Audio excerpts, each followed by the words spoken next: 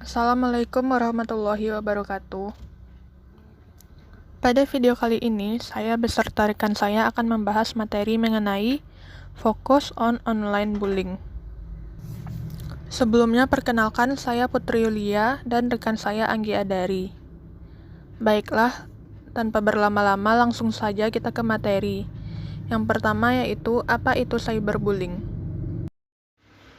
Interaksi online agresif bukanlah fenomena baru. Menurut Rivers dan kawan-kawan, interaksi online agresif dapat terjadi karena adanya flaming, flooding, kicking, dan spamming yang telah ada sebelum diciptakannya istilah cyberbullying. Penindasan maya pertama kali muncul dari analisis sampel oleh Van Kelhor dan kawan-kawan dari 1.501 siswa Amerika. Di Inggris Raya, National Children's Home melaporkan pesan teks melalui ponsel sebagai salah satu bentuk bullying. Sejak saat itu, sejumlah studi juga telah dilakukan di Amerika Serikat, Kanada, Inggris, dan juga daratan Eropa. Studi menunjukkan bahwa sejumlah besar anak-anak menjadi korban dari penggunaan negatif teknologi. Cyberbullying dapat terjadi dalam berbagai bentuk. Contohnya seperti penyerangan atau pelecehan online, cyberstalking, fitnah, penyamaran, dan pengucilan. Huang Enchow menyelidiki jenis cyberbullying di 3 kelompok peran, yaitu korban, agresor, dan pengamat. Para korban melaporkan pelecehan dan ancaman sebagai perilaku yang paling umum. Kemudian dilanjutkan dengan membuat lelucon tentang korban atau hiburan dari korban. Perilaku yang paling sedikit ialah menyebarkan rumor tentang korban. Bentuk lain penindasan maya yaitu sexting. Dijelaskan sebagai peredaran gambar seksual melalui ponsel atau internet tanpa persetujuan seseorang. Ada juga trolling, yaitu komentar kasar yang terus-menerus di situs web, dan griefing, yaitu pelecehan terhadap seseorang di dunia maya atau game atau dunia virtual. Langos membedakan cyberbullying menjadi 2, yaitu cyberbullying langsung dan cyberbullying tidak langsung. Cyberbullying langsung terjadi di domain pribadi, yaitu di mana komunikasi langsung antara pelaku kepada korban yang dituju. Cyberbullying tidak langsung terjadi di publik dan terdiri dari materi yang telah diposting oleh pelaku di internet dan mudah diakses untuk dilihat oleh orang lain. Contohnya seperti forum blog. Materi berikutnya itu mengenai definisi cyberbullying. Sampai saat ini belum ada definisi secara universal yang menjelaskan tentang pengertian cyberbullying. Namun, beberapa peneliti yang menyelidiki fenomena ini mengemukakan pendapat mereka tentang pengertian cyberbullying. Di antaranya, yang pertama menurut Balsey, cyberbullying melibatkan penggunaan teknologi informasi dan komunikasi seperti email, ponsel, dan pesan teks online. Dan juga pada situs pribadi online yang menfitnah dan mendukung perilaku berulang, sehingga mengakibatkan perilaku bermusuhan oleh individu atau kelompok yang dimaksudkan untuk merugikan orang lain. Lalu yang kedua menurut Willard, yaitu mengirim atau memposting teks atau gambar yang berbahaya atau kejam menggunakan internet atau perangkat komunikasi lainnya. Adapun menurut Smith, yaitu cyberbullying ialah tindakan agresif dan disengaja yang dilakukan oleh kelompok atau individu menggunakan elektronik bentuk kontak yang dilakukan berulang-ulang dari waktu ke waktu terhadap korban yang tidak dapat dengan mudah membela dirinya sendiri. Dari definisi yang telah dijelaskan, disoroti aspek inti cyberbullying, yaitu yang pertama, niat untuk kerusakan. Karena sifat tidak langsung dari cyberbullying, sulit untuk memastikan niat dari pelaku. Hal ini menimbulkan pertanyaan tentang apakah ada niat untuk menimbulkan kerugian pada korban, karena pesan-pesan yang dikirim hanya sebagai candaan dan tidak bermaksud untuk mengganggu, namun dapat memiliki efek yang sama pada korban seperti melakukan kekerasan. Yang kedua yaitu pengulangan perilaku. Perilaku negatif biasanya harus terjadi lebih dari 1 kali agar dapat dikatakan sebagai tindakan agresi. Namun dalam cyberbullying, hal ini tidak diperlukan oleh korban untuk membuktikan pembulian yang dialaminya. Tindakan penindasan dunia maya seperti membuat halaman kebencian dapat menyebar dengan cepat menjangkau audiens tanpa terkecuali. Hal tersebut juga dapat dilihat tanpa batas, disimpan, dan dapat diposting ulang kapanpun.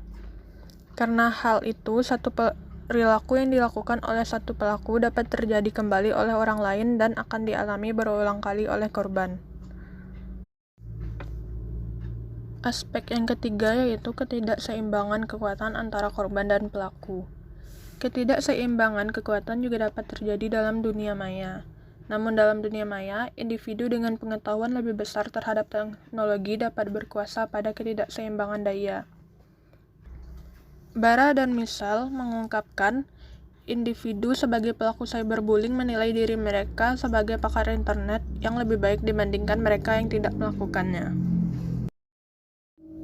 Berikutnya mengenai workplace cyberbullying. Sejauh ini, fokus utama pada cyberbullying adalah remaja.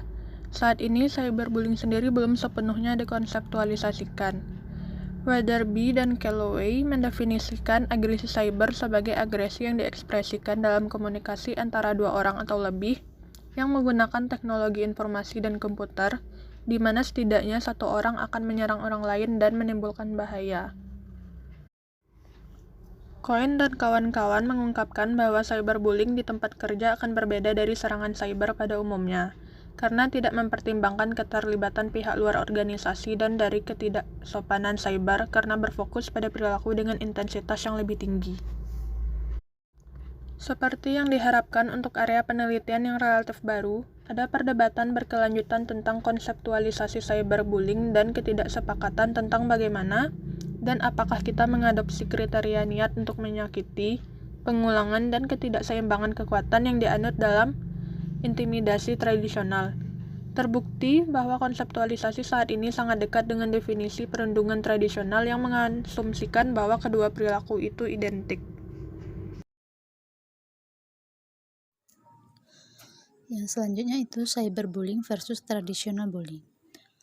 Meskipun cyberbullying dianggap mirip dengan bullying tradisional, namun ada aspek yang membedakan di antara keduanya, yaitu yang pertama, di mana cyberbullying ini pelakunya itu anonim. Pelaku dapat menyembunyikan identitasnya dan meminimalkan risiko tertangkap. Lalu yang kedua, kurangnya isyarat fisik dan sosial. Konsekuensi dari pelaku ialah pelaku tidak dapat mengetahui aksi awal dari korbannya karena dia tidak dapat menyaksikannya secara langsung. Yang ketiga, korban tidak memiliki tempat untuk bersembunyi. Jika penindasan dilakukan secara tradisional, korban mungkin dapat merasa aman jika mereka berada di rumah. Namun dengan cyberbullying, korban dapat dikirim pesan ke ponsel atau komputer mereka dimanapun dan kapanpun. Lalu yang selanjutnya itu outcome of cyberbullying. Beberapa literatur mengenai anak-anak atau remaja mengungkapkan bahwa perundungan di dunia maya pada akhirnya mengakibatkan masalah fisik, sosial, dan psikologis yang serius. Adapun dampak yang termasuk dalam masalah psikososial yaitu seperti kecemasan sosial, rendahnya tingkat harga diri, dan depresi. Kesulitan emosional dengan beberapa korban cyber melaporkan bahwa mereka itu mengalami kesedihan, keputusasaan, depresi, dan kecemasan. Adapun konsekuensi yang paling buruk dari penindasan dunia maya ini adalah terjadinya bunuh diri. Nah, dampak cyberbullying mungkin bergantung pada bentuk cyberbullying. Beberapa jenis penindasan dunia maya seperti penghinaan dan ancaman dianggap kurang berbahaya jika dibandingkan dengan penindasan langsung. Nah, sementara jenis penindasan lainnya, terutama yang menggunakan gambar atau video, dan dengan suatu elemen pemerasan, akan berisiko tinggi membuat korban mengalami gangguan, terutama dalam segi psikologisnya.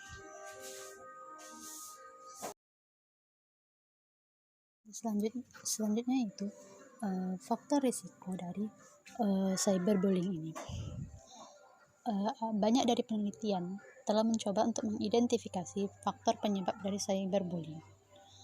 Di antaranya itu penggunaan internet yang intensif merupakan faktor penyebab cyberbullying pada anak-anak. Misalnya anak-anak remaja yang memasuki ruang obrolan. Nah, bisa menjadi sasaran dari tindakan agresif dan tekanan psikologis dari ruang chat room ini. Nah, yang ada pun beberapa faktor. Yang pertama yaitu perbedaan usia. Nah, penindasan sering terjadi selama awal masa remaja dengan perundungan yang verbal selama masa remaja.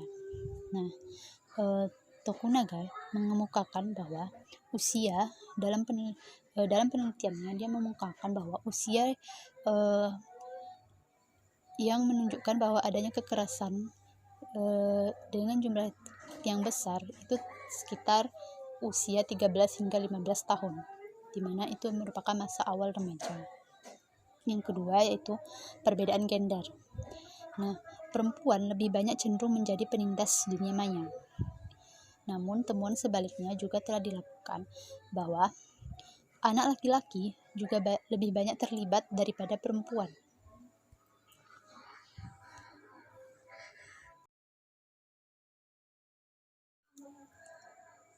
Bagaimana sih mengontrol cyberbullying?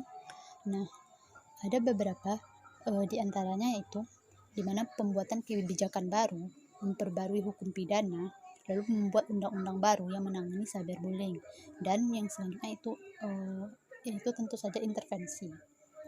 Nah, untuk pembuatan kebijakan baru di sini di negara dapat dilihat di Amerika Serikat telah mengusulkan atau memberlakukan undang-undang yang mewajibkan sekolah untuk membuat atau memperbarui kebijakan yang ada tentang penindasan serta baik itu penindasan tradisional maupun online. Nah, sekolah di sini menjamin siswanya yang berada di sekolah dalam perjalanan ke sekolah maupun dari sekolah, selama dia berada di sekolah selama kegiatan itu diawasi oleh sekolah. Nah, jadi di sini meningkatkan peran sekolah dalam mengurangi risiko cyberbullying. Lalu yang kedua itu memperbarui hukum pidana oleh pemerintahan. Nah, contohnya di sini Kanada. Di sini Kanada memiliki undang-undang pencemaran nama baik serta melindungi reputasi individu dan bisa jadi diberlakukan untuk kasus penindasan di dunia maya yang serius. Nah, KUHP Kanada di mana hukumannya itu bisa sampai 5 tahun penjara. Nah, lalu yang ketiga, pembuatan undang-undang baru yang mengenai cyberbullying. Nah, salah satu negaranya itu di Korea Selatan dan Cina. Nah, jika ada gugatan atau tuntutan pidana terkait dengan komentar-komentar negatif, nah, hal ini bisa menjadi catatan pidana bagi orang yang melontarkan komentar negatif tersebut. Nah, selanjutnya itu intervensi. Nah, selain membuat undang-undang untuk mengurangi penindasan dunia maya, juga perlu adanya keseimbangan dengan memastikan pencegahan atau pendidikan bagi anak-anak agar mengurangi tindakan atau pelaku cyberbullying. Nah, banyak sih program pencegahan telah dibuat untuk bullying yang sering kali berdampak baik pada psikologis anak. Nah, contohnya itu di negara Inggris ada sebuah badan amal yang dinamakan dengan cyber mentor, di mana anak-anak yang berusia 11 hingga 17 tahun itu menjadi mentor, di mana mereka merupakan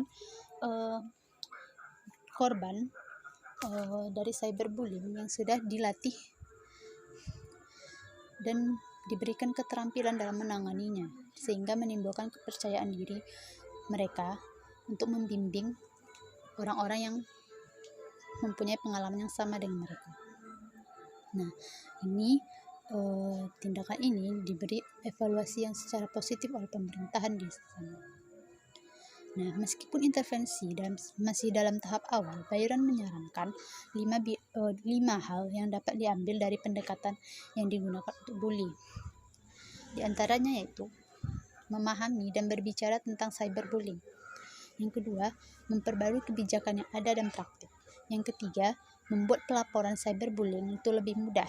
Jadi, jika korban ingin melapor, hendaknya dibuat kemudahan. Yang keempat, mempromosikan penggunaan teknologi yang positif. Menggunakan internet dengan hal-hal yang positif. Lalu yang kelima yaitu mengevaluasi kegiatan dari intervensi tersebut. Sekian dan terima kasih. Baiklah, sekian materi yang dapat kami sampaikan pada video kali ini. Kami minta maaf jika terdapat kesalahan pada penyampaian materi yang kami lakukan. Dan terima kasih kepada Ibu dan teman-teman yang telah menyaksikan video materi kami kali ini. Wassalamualaikum warahmatullahi wabarakatuh.